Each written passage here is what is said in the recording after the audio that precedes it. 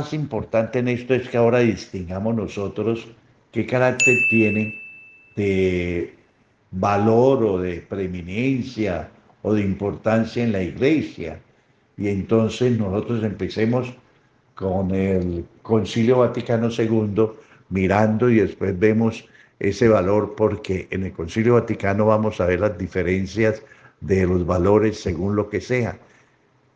El Concilio Vaticano II, para que lo entendamos, quiere decir que hubo uno primero, y ese primero lo tenemos que también ver en la historia, cuando recordamos como la historia de los concilios, cuántos concilios han habido y toda esa cuestión.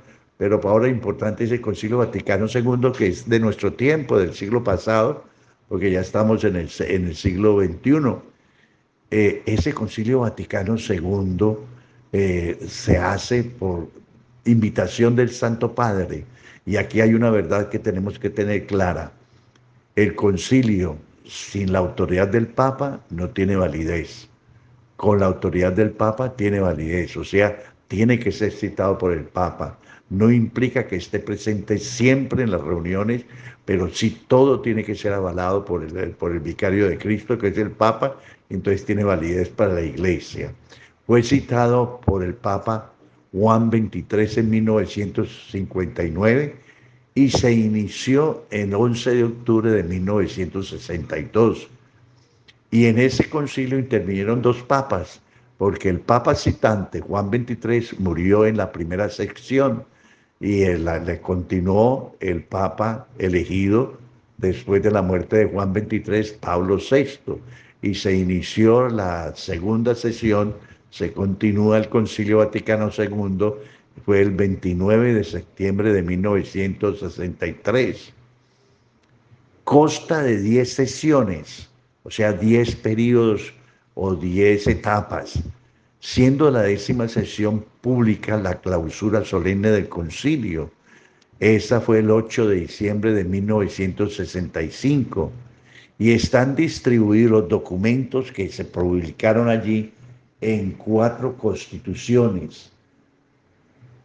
Esas se llaman así, esas 4 constituciones.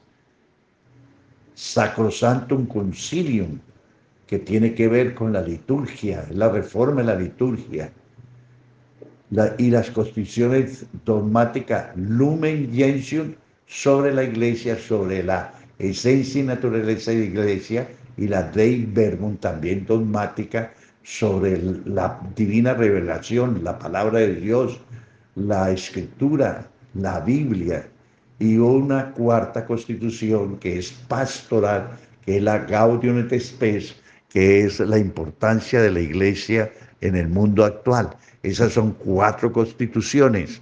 Ya veremos qué quiere decir una constitución o qué valor tiene una constitución. Después vienen los decretos, que son 9. Los decretos son el intermirífica sobre los medios de comunicación, Unitatis Redintegratio sobre el ecumenismo, Orientalium Ecclesiarum sobre las iglesias orientales católicas, Christus Dominus sobre el ministerio pastoral de los obispos, Perfecte Caritatis sobre la adecuada renovación de la vida religiosa, Apostolicam Actuositatem sobre el apostolado de los laicos, Optatam Totius sobre la formación sacerdotal, Adyentes sobre la actividad misionera de la Iglesia, Presbyterorum Ordinis sobre el ministerio y la vida de los sacerdotes presbíteros. Son 9, entonces 9 más las 4 constituciones son 13. Y ahora vienen las declaraciones, y esas declaraciones son 3. La Gravissimum Educationis sobre la educación cristiana, Nostre Aetate sobre las relaciones de la Iglesia con las religiones no cristianas, y Dignitatis Humanae sobre la libertad religiosa, 3. Entonces fueron 16 documentos en total, 4 constituciones, 9 decretos, 3 declaraciones. Ahora nos queda entender qué diferencia hay entre decir constitución, dogmática o pastoral, decretos o declaraciones. Y esto es sencillo, la diferencia es sencilla, la diferencia es de valor. ¿Qué valor tienen para el fiel cristiano? Entonces, la Constitución Apostólica es la norma legal de más alto nivel que publica el obispo de Roma. Tiene que venir firmada, como decíamos, sale del concilio y tiene que ser firmada por el Papa como quien dice, la apruebo.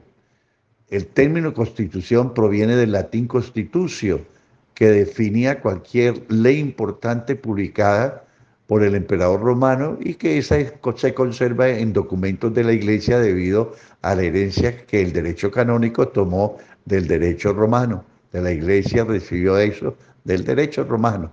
Entonces, ese es el valor que tiene la Constitución y es doctrina de la Iglesia. El decreto es, en sentido general, una orden o ley por una autoridad superior para la dirección de otros. Es en orden a la disciplina, en orden al comportamiento, en orden a la manera de obrar o de usar ciertas cosas. En uso eclesiástico tiene varios significados. Cualquier bula, cualquier breve o motu propio es un decreto en la medida que estos documentos son actos legislativos del Santo Padre. Es por el derecho de autoridad y de administración de la Iglesia que hace esos decretos para aclarar ciertas posiciones o ciertos usos o ciertas aplicaciones en la Iglesia. Y por finalizar queda lo que es una declaración. Y las declaraciones son formuladas por la Iglesia y por las comunidades religiosas en las que de bien o de una manera implícita o bien de una manera explícita se hace un reconocimiento con todo lo que tienen que ver los derechos humanos. Entonces declara la Iglesia que está de acuerdo con, que le parece que esto es lo mejor. Son declaraciones. En el fondo no es que obligan, sino que les están indicando que esa es una aceptación implícita o explícita que hace la Iglesia de ciertas actitudes del mundo. Y entonces trata de aconsejarnos a la medida de eso. Bueno, ahí estamos en la primera parte de esta charla sobre los documentos importantes que debemos tener nosotros. Ya continuaremos con los siguientes documentos explicando para que ustedes vayan teniendo una claridad de esto.